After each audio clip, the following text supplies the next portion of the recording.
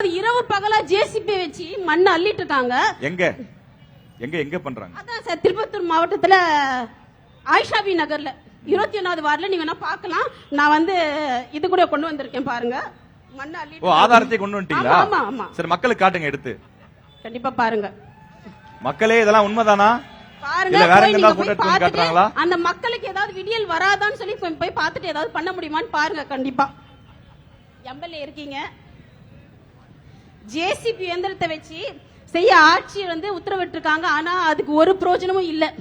அந்த அடிவாரத்துல 500-600 குடும்பங்கள் வாழ்ந்துட்டு இருக்கு. பின்னடைவில் ஏதாவது மழைச்சரிவு வந்துச்சுன்னா மக்களுக்கு பெரிய பிரச்சனை ஆகும். தயவு செஞ்சு அதுக்கு ஒரு தீர்வு காணணும். நான் இங்க நீங்க அதுக்காக ஏதாவது போராட்டம் பண்ணிருக்கீங்களா? தீர்வு கண்டிருக்கா? திருப்பத்தூர் மாவட்டத்துக்கு நாம் தமிழர் கொடுத்த தீர்வு என்ன? இதான் கேள்வி. எங்களால முடிஞ்சது போராட்டம் மட்டும்தான். நாங்க என்னென்ன போராட்டங்களா பண்ணிருக்கீங்க அதை சொல்லுங்க மக்களுக்காக.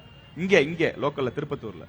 அதான் சார், திருப்பத்தூர் அங்க நிறைய சொல்றேன், நிறைய இருக்கு. 4 தொகுதிக்கு சேர்த்தே பேசலாம். வாணியம்பாடி, ஆம்பூர். சொல்றேன் இருக்கு நிறைய.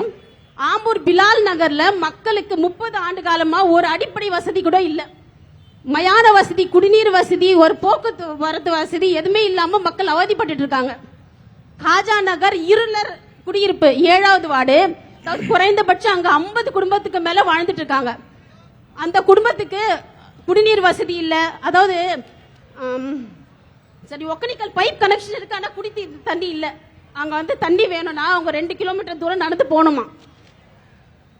போர் போட்டிருக்காங்க, ஆனா பாத்ரூம்க்கு யூஸ் பண்ற தண்ணி அந்த மக்கள் குடிச்சிட்டு இருக்காங்க. 40-50 ஆண்டு காலமா வாழ்ந்துட்டு இருக்க மக்களுக்கு அங்க ஒரு பட்டா கூட இல்ல. விண்ணமங்கலம் பகுதியில 6 கல்குவாரி இயங்கி வருது. இன்னும் 7 புதிய கல்குவாரி வர இருந்தது. அதை நாம் தமிழர் கட்சி மக்கள் போராட்டம் பண்ணி தான் தற்காலிகமா தடுத்திருக்காங்க.